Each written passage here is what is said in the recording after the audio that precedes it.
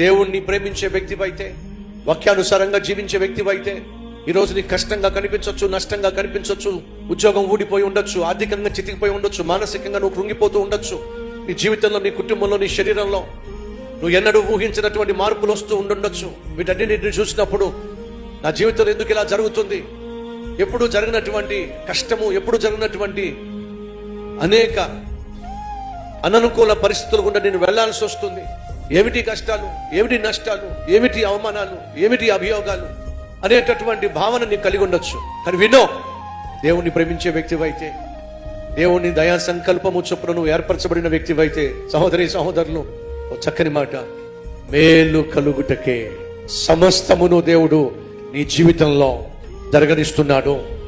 అనగా నీ జీవితంలో నీ కష్టంగా అనిపించవచ్చు, నష్టంగా అనిపించవచ్చు, ఇరుకు ఇబ్బందిగా అనిపించవచ్చు, వినో, వాటన్నిటినీ కూడా దేవుడు మేలుకరంగా, ఆశీర్వాదకరంగానే మార్చేస్తాడు అని వాస్తవం నువ్వు తెలుసుకుంటే మంచిది.